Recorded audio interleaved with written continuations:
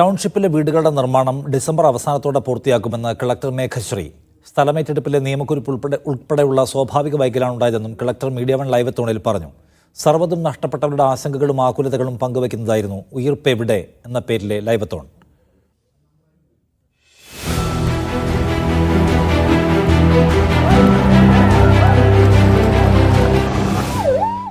ഉരുൾക്കാർന്നെടുത്ത ദുരന്ത ഭൂമിയിൽ നിന്ന് പുതുജീവൻ സ്വപ്നം കണ്ടവർ, കൈപിടിച്ചുയർത്താൻ ഞങ്ങളുണ്ടെന്ന് നാടൊന്നാകെ പറഞ്ഞപ്പോൾ ആശ്വാസം കൊണ്ടവർ, ഓർക്കാൻ ഇഷ്ടപ്പെടാത്ത ദിവസത്തിന് 1 വയസ്സാകുമ്പോൾ അവരുടെ കണ്ണിലിപ്പോഴും ആശങ്കയുടെ നിഴല് കാണാം.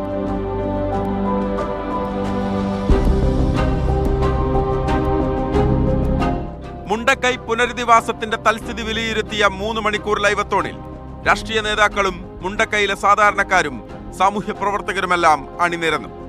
സർക്കാർ വാഗ്ദാനം സമയബന്ധിതമായി തന്നെ പൂർത്തിയാക്കുമെന്നാണ് വയനാട്ടിലെ CPM-ന് പറയാനുള്ളത്. മാതൃകാ വീടിന്റെ നിർമ്മാണം ഏകദേശം പൂർത്തിയായി. 2-3 ദിവസം കൊണ്ട് തന്നെ അതിന്റെ മറ്റു വർക്കുകളെല്ലാം പൂർത്തിയാകും. അതിനെ തുടർന്ന് ഈ അർഹതപ്പെട്ട ആളുകൾക്ക് ആ വീട് സന്ദർശിച്ച് എന്തെങ്കിലും നിർദ്ദേശം ഉൾപ്പെടെ പറയാനുണ്ടെങ്കിൽ അതിന് അവസരം കൊടുക്കും. വാഗ്ദാനങ്ങൾ വാക്കുകളായി മാത്രം ഒതുങ്ങുന്നുവെന്ന് ജില്ലാ പഞ്ചായത്ത് പ്രസിഡന്റ് സംഷാദ് മരക്കാർ ആരോപിച്ചു. ഒരു കെട്ടിടത്തിന് നഷ്ടപരിഹാരം കൊടുക്കാൻ പറ്റിയില്ല. അവിടെ കച്ചവടം നടത്തിയ ആളുകൾക്ക് നഷ്ടപരിഹാരം കൊടുക്കാൻ പറ്റിയില്ല.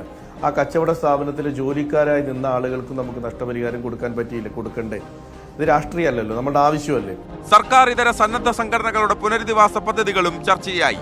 കേന്ദ്ര സഹായം ജലരേഖയാകുന്നതിലെ വിമർശനവും ലൈവത്തോണിൽ ഉയർന്നു. സർക്കാർ പ്രഖ്യാപിച്ച ഭവനങ്ങൾ ഡിസംബറോടെ പൂർത്തിയാക്കാൻ ശ്രമം തുടരുകയാണെന്ന് വയനാട് ജില്ലാ കളക്ടർ DR മേഘശ്രീ ലൈവത്തോണിലൂടെ അറിയിച്ചു. അത് ഡിസംബർ 31 നമുക്ക് ഗവൺമെൻറ് തന്നിരിക്കുന്ന ഫൈനൽ ഡേറ്റ്. അതനുസരിച്ചിട്ടാണ് കാര്യങ്ങൾ മുന്നോട്ട് പോകുന്നത്.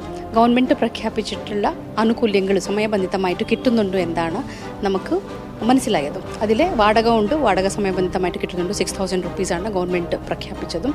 ദുരന്തത്തിന്റെ ഓർമ്മകൾ പെയ്തിറങ്ങുമ്പോൾ മുണ്ടക്കൈ ചൂരൽമല നിവാസികളുടെ അതിജീവനത്തിനൊപ്പം മീഡിയ വണ്ണും തുടരും. വരും ദിവസങ്ങളിൽ കൂടുതൽ തത്സമയ ചർച്ചകളും പ്രത്യേക സംവാദങ്ങളും സംഘടിപ്പിക്കും. News desk media one. Wayanad പുനരധിവാസത്തിൽ ആരോപണ പ്രത്യാരോപണങ്ങളുമായി മീഡിയ വൺ ലൈവ് എത്തോണിൽ യുവജന സംഘടനാ നേതാക്കൾ യൂത്ത് കോൺഗ്രസ് പുനരധിവാസ ഫണ്ടിൽ വെട്ടിപ്പ് നടത്തിയെന്ന ആരോപണം രാഹുൽ മാങ്കൂട്ടത്തിൽ തള്ളിക്കളഞ്ഞു. ഭൂമിയുമായി ബന്ധപ്പെട്ട പ്രശ്നം പരിഹരിച്ചു, ഉടൻ വീട് നിർമ്മാണം തുടങ്ങുമെന്നും രാഹുൽ പറയുന്നു.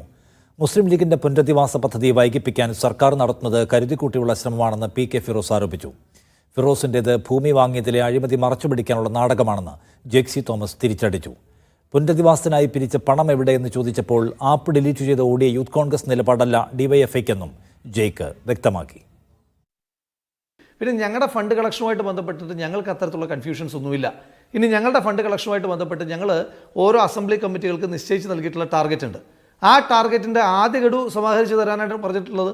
ആ ആദ്യ ഗഡു സമാഹരിക്കാത്ത കമ്മിറ്റികളിൽ വീഴ്ച വരുത്തിയ ചില കമ്മിറ്റി, വീഴ്ച എന്ന് പറഞ്ഞാൽ എന്താണ്, ചില മാധ്യമങ്ങൾക്ക് വാർത്ത കൊടുത്ത പോലെ വെട്ടിച്ചു എന്നല്ല, സമാഹരിക്കുന്നതിനകത്ത് വീഴ്ച വരുത്തിയ കമ്മിറ്റികൾക്കെതിരായിട്ട് പല നടപടികളും എടുത്തിട്ടുണ്ട്. അതൊക്കെ ഞങ്ങളുടെ ഇന്റേണൽ പ്രോസസ്സാണ്. ലീഗിൻ്റെ പദ്ധതി വൈകിപ്പിക്കാനുള്ളൊരു ശ്രമം ബോധപൂർവ്വം ഉണ്ടായി. ഞങ്ങൾ വിചാരിച്ചിരുന്നത് ഈ മുണ്ടക്കൈ ചൂരൽമല പുനരധിവാസ പദ്ധതിക്കൊന്നും അത്തരമൊരു ശ്രമം നടത്താൻ സാധ്യതയില്ല എന്നുള്ളതാണ്. കാരണം ഒരുപാട് ആളുകൾ പെരുവഴിയിൽ നിൽക്കുകയാണ്. അപ്പോൾ അതിനെ തടസ്സപ്പെടുത്താൻ ആരും ശ്രമിക്കില്ല എന്നാണ് ഞങ്ങൾ വിചാരിച്ചത്. പക്ഷേ അതിൻ്റെ രജിസ്ട്രേഷൻ നടപടികൾ തന്നെ വൈകി. ഞങ്ങൾ പക്ഷേ ഒരു പരാതിയും പറയാതെ അവർ സർക്കാർ ഉദ്യോഗസ്ഥന്മാർ സമയം എടുക്കട്ടെ എന്ന് കരുതി ഞങ്ങൾ കാത്തിരുന്ന് അവസാന രജിസ്ട്രേഷൻ നടപടികൾ പൂർത്തിയാക്കി ഞങ്ങൾ പ്രവൃത്തി ആരംഭിക്കാൻ തുടങ്ങുന്നൊരു ഘട്ടത്തിലാണ് അനാവശ്യമായിട്ടുള്ള വിവാദങ്ങൾ കൊണ്ടുവന്ന് ഈ പദ്ധതിയെ മറ്റൊരു തരത്തിലേക്ക് ചിത്രീകരിക്കാനുള്ള ശ്രമം ഉണ്ടായത്. 40,000 രൂപയ്ക്ക് കിട്ടേണ്ട ഭൂമി 1.5 ലക്ഷം രൂപയ്ക്ക് വാങ്ങിയ ഏർപ്പാടല്ല ഞങ്ങൾ ചെയ്തിട്ടുള്ളത്. അത് ഇവിടെയുമല്ല.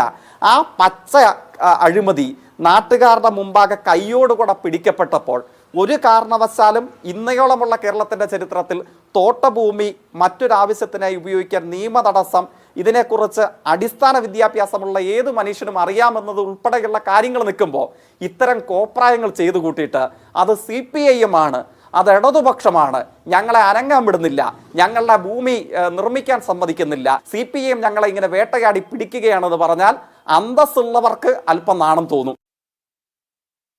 പാലക്കാട് കൊടുമ്പിൽ കർഷകൻ ഷോക്കേറ്റ് മരിച്ചു. കൊടുമ്പ് സ്വദേശി മാരിമുത്തുവാണ് മരിച്ചത്. പൊട്ടി വീണ വൈദ്യുതി ലൈനിൽ നിന്നാണ് ഷോക്കേറ്റത്. അന്വേഷണം നടത്തുമെന്ന് മന്ത്രി K കൃഷ്ണൻകുട്ടി പറഞ്ഞു. തിരുവനന്തപുരം ആറ്റിങ്ങലിൽ വീട്ടിലെ സർവീസ് വയറിൽ നിന്ന് ഷോക്കേറ്റ് വയോധികയും മരിച്ചു. ഓലശ്ശേരി പാളയം സ്വദേശിയായ 72-കാരൻ മാരിമുത്തുവാണ് മരിച്ചത്. തെങ്ങിൻ തോട്ടത്തിലെ മോട്ടോർ പുരയിലേക്ക് കൊടുത്ത ലൈൻ ശക്തമായ കാറ്റിൽ പൊട്ടി വീണിരുന്നു. ഈ കമ്പിൽ ചവിട്ടിയപ്പോൾ ഷോക്കേറ്റാണ് മരിച്ചത്. രാവിലെ 7 മണിക്ക് നാളികേരം ശേഖരിച്ച് വീട്ടിലെത്തിച്ചിരുന്നു. വീണ്ടും തോട്ടത്തിൽ പോയ മാരിമുത്തുവിനെ കാണാതായതോടെ നടത്തിയ തിരച്ചിലാണ് വൈദ്യുതി കമ്പിക്ക് സമീപം മരിച്ച നിലയിൽ കണ്ടെത്തിയത്. അന്നേരം ശക്തമായ മഴയും കാറ്റുമാണ് കുടുംബ പ്രദേശത്തൊക്കെ ഉണ്ടായത്. അതിൽ തെങ്ങിൽ മുട്ടിയിട്ട് ഒരു ലൈന് തട്ടി താഴെ വീണിട്ടുണ്ടായിരുന്നു. അത് മൂപ്പര് ശ്രദ്ധിച്ചിട്ടില്ല. ഒരിക്കലും വന്ന് തേങ്ങയൊക്കെ പെറുക്കി കൂട്ടിയിട്ട് ആൾ പോയതാണ്.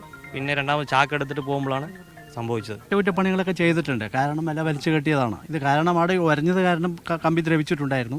അപ്പുറത്തേക്ക് ലോഡ് 2-3 മട്ട വീഴുകയും ചെയ്തു. വീഴുമ്പോൾ ഇത് വലിഞ്ഞ് അങ്ങനെ വീണതാണ് ഈ പ്രശ്നം. KSEB ഉദ്യോഗസ്ഥരും പോലീസും സ്ഥലത്തെത്തി തുടർ നടപടികൾ സ്വീകരിച്ചു. സംഭവത്തെക്കുറിച്ച് വിശദമായി അന്വേഷിക്കുമെന്ന് ജില്ലാ ആശുപത്രിയിലെത്തിയ വൈദ്യുതി മന്ത്രി K. കൃഷ്ണൻകുട്ടി പറഞ്ഞു. ജില്ലാ കളക്ടർ അധ്യക്ഷതയിലുള്ള യോഗം കൂടണം. താലൂക്കുകളിൽ നിയോജക മണ്ഡലാടിസ്ഥാനത്തിൽ MLA-മാരുടെ പഞ്ചായത്ത് പ്രസിഡന്റുമാരെ അടുത്ത യോഗം കൂടിയിട്ട് അടിയന്തരമായി ഇങ്ങനെ ഒരു അപകടം ഇനി വരാതെ കഴിക്കാനുള്ള നടപടിയെടുക്കണം. വൈദ്യുതി വകുപ്പിന്റെ വീഴ്ചയാണ് കർഷകന്റെ മരണത്തിന് കാരണമെന്നാരോപിച്ച് കൊടുമ്പ് മണ്ഡലം കോൺഗ്രസ് കമ്മിറ്റി ചിറ്റൂർ കൊടുമ്പ് റോഡ് ഉപരോധിച്ചു. തിരുവനന്തപുരം ആറ്റിങ്ങലിൽ 87-കാരി ഷോക്കേറ്റ് മരിച്ചു. പൂവൻപാറ സ്വദേശിനി ലീലയാണ് മരിച്ചത്. വീട്ടിലെ സർവീസ് വയറിൽ നിന്നാണ് ഷോക്കേറ്റത്.